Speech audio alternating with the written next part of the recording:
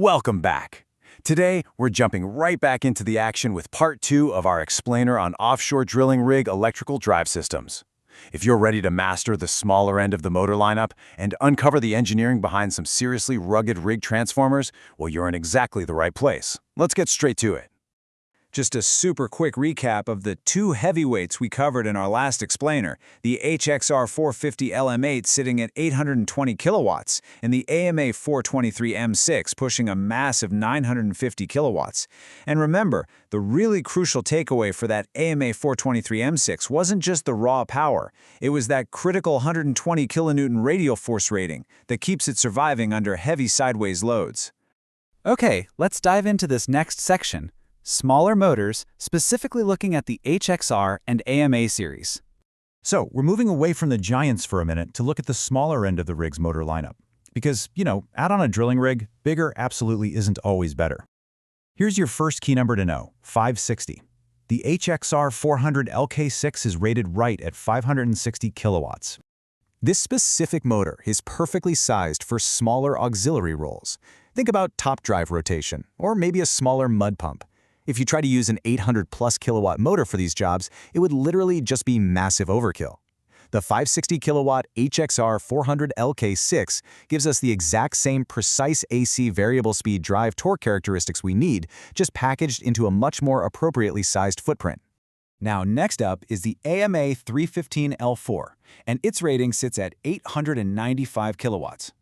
Now, you might be thinking, wow, that 895 is dangerously close to the massive AMA423M6's 950 kilowatt rating we just recapped. But here is exactly where the details really matter. Despite being in a very similar power class, this AMA315L4 actually uses a smaller, much more compact 315 frame size, and it runs at a 4-pole speed instead of a 6-pole. That entirely changes the shaft torque output and physical footprint when compared to those 6-pole heavyweights. Which brings us to our next critical section, the interchangeability trap.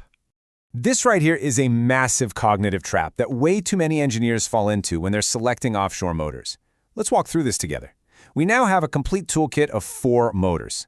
If you look at the HXR450LM8 and the AMA315L4, well, on paper, they look incredibly similar, right? They both sit right in that roughly 800 to 900 kilowatt range. But as we just learned, they serve totally different mechanical realities in terms of frame size and pole count. So the absolute most crucial point I want you to take away from this is this.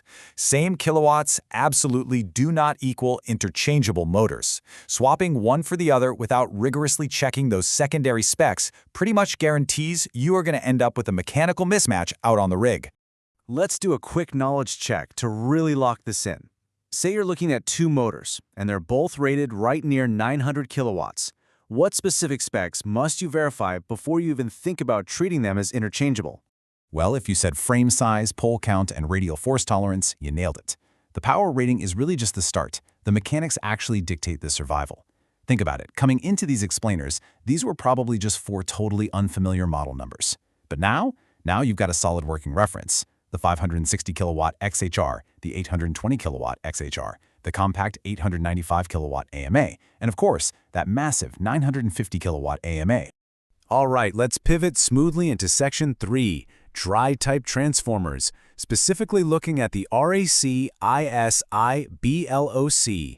So, motors and drives tend to get all the glory, but the transformers feeding them have to survive the exact same harsh offshore environments. Now, what's really interesting about this design is what you don't see. This is an ABB Resi block dry-type transformer.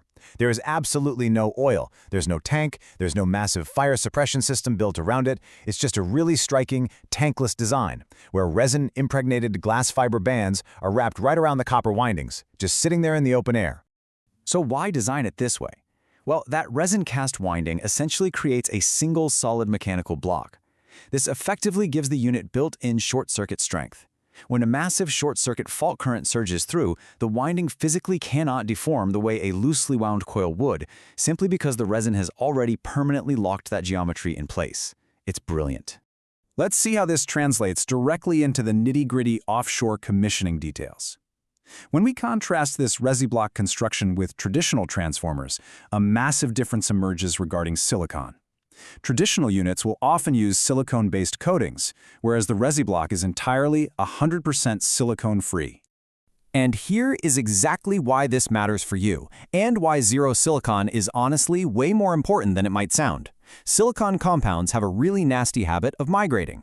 Over time, they can foul up and completely ruin nearby electrical contacts and switchgear, which is a notorious, headache-inducing offshore reliability issue. By specifying a zero silicon transformer like the resi block, you are literally eliminating a massive maintenance headache from day one. 40. That is up to 40 MVA, or megavolt amperes, of capacity. And you want to know the kicker? It manages that immense capacity using natural convection cooling. There isn't a single fan required. No moving parts. So, let's synthesize everything we've looked at today. The term dry-type transformer is clearly no longer just a generic category for you. Out on a rig, it represents a specific, rugged solution. With resin cast strength for fault tolerance, zero silicon to protect your switchgear, and natural cooling all the way up to 40 MVA, it basically means having significantly fewer parts to fail in those tight, critical rig spaces. Which leaves us with a pretty fascinating engineering question to end on. If the resi block dry-type transformer is so incredibly bulletproof and maintenance-friendly, when and why would an offshore rig ever choose to use a liquid-immersed transformer instead? Think about the engineering trade-offs of that for a moment. We're actually going to answer that exact question in our next explainer as we continue mapping out the rig's broader system architecture. Until then, stay focused and keep learning.